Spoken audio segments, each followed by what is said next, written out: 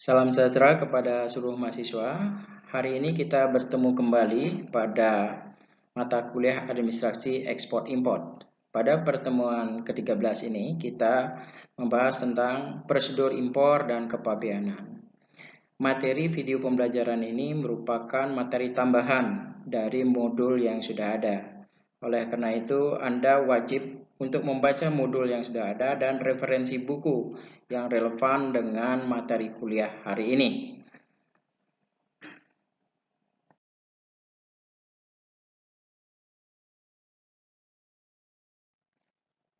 Pada materi-materi yang terdahulu, sebelumnya kita sudah sekilas memahami dan mengerti tentang apa yang kita sebut sebagai impor atau kegiatan impor. Di sini kembali saya jelaskan bahwa impor bisa diartikan sebagai kegiatan memasukkan barang dari suatu negara atau dari luar negeri ke dalam wilayah pabean negara kita atau ke dalam negeri. Importir atau impor bisa dilakukan oleh importir dengan dua macam cara, yaitu impor dengan menggunakan LC dan impor dengan tanpa LC atau non-LC. Setiap kegiatan ataupun pelaksanaan transaksi impor oleh importir, maka importir wajib memiliki angka pengenal impor atau API. Jadi di sini dalam rangka untuk mencatat dan mendeteksi daripada barang-barang yang masuk ke dalam negeri.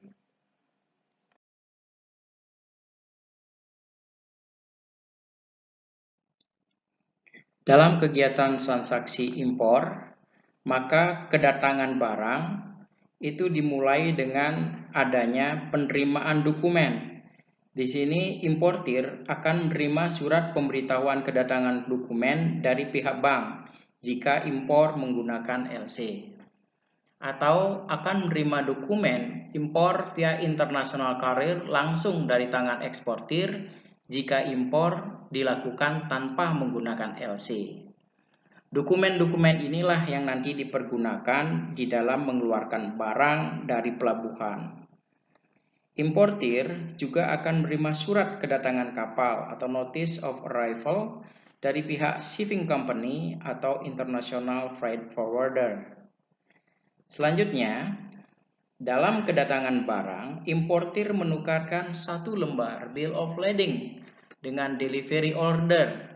Bisa dilakukan sendiri atau diwakilkan oleh perusahaan EMKL atau Ekspedisi Muatan Kapal Laut atau PPJK, perusahaan pelayanan jasa kepabeanan, kepada shipping company atau international freight forwarder guna kepentingan pengeluaran peti kemas atau barang impor.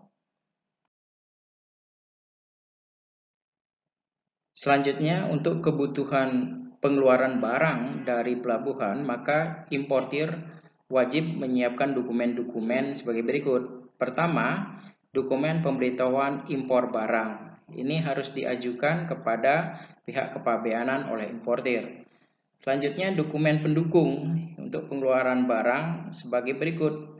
Ada Bill of Lading, Packing List, Invoice, Certificate of Fumigation atau karantina apabila dibutuhkan kita dari pihak karantina, biaya masuk jika menggunakan fasilitas kemudahan impor tujuan ekspor, Certificate of Insurance kalau ada, izin khusus jika barang impor merupakan barang bekas, dan delivery order dari shipping company. Dokumen-dokumen ini harus dipersiapkan untuk nanti ditunjukkan kepada pihak kepabeanan.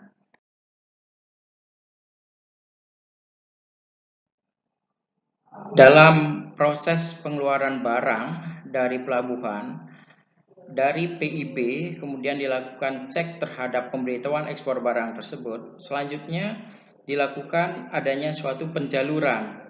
Jalur di sini akan menunjukkan apakah barang akan diperiksa ataukah langsung bisa keluar dari pelabuhan. Jalur-jalur tersebut dibagi menjadi 3 jalur. Yang pertama, jalur merah. Jalur merah adalah proses pelayanan dan pengawasan pengeluaran barang impor dengan dilakukan pemeriksaan fisik dan dilakukan penelitian dokumen sebelum penerbitan surat persetujuan pengeluaran barang. Jalur hijau adalah proses pelayanan dan pengawasan pengeluaran barang impor dengan tidak dilakukan pemeriksaan fisik, tapi dilakukan penelitian dokumen setelah penerbitan surat persetujuan pengeluaran barang.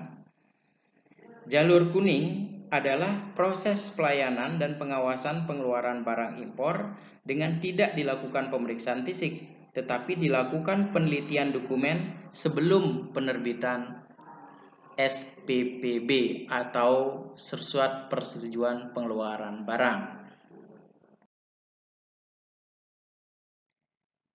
Selanjutnya, jalur mitra utama non-prioritas adalah pelayanan dan pengawasan pengeluaran barang impor oleh importir dengan langsung diterbitkan SPPB tanpa dilakukan pemeriksaan fisik dan penelitian dokumen, kecuali barang yang akan diimpor kembali, barang yang terkena pemeriksaan acak, barang impor tertentu yang ditetapkan pemerintah.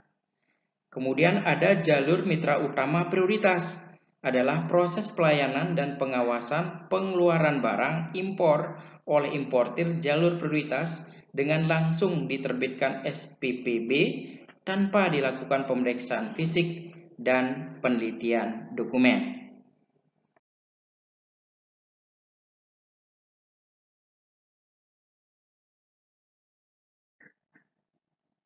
Selanjutnya, di dalam pelaksanaan kegiatan impor barang, maka importir akan dikenakan bea masuk dan pajak impor. Tarif bea masuk sendiri terbagi menjadi dua, yaitu tarif ad valorem adalah tarif dalam bentuk persentase dari nilai pabean. Yang kedua, tarif ad naturam atau tarif spesifik, rupiah per satuan barang. Bagaimana rumus menghitung daripada bea masuk? Rumus bea masuk adalah tarif bea masuk ad valorem dikalikan nilai pabean. Tarif bea masuk ad naturam dikalikan satuan barang. Nah, itu adalah rumus untuk menghitung bea masuk barang impor sesuai dengan tarif yang digunakan. Kemudian rumus menghitung pajak impor. Bagaimana? Yaitu pajak impor sama dengan tarif pajak dikalikan nilai impor. Nilai impor sama dengan harga barang ditambah dengan bea masuk. Adapun pajak impor yang biasa dikenakan adalah pajak PPN, PPNBM, dan PPH.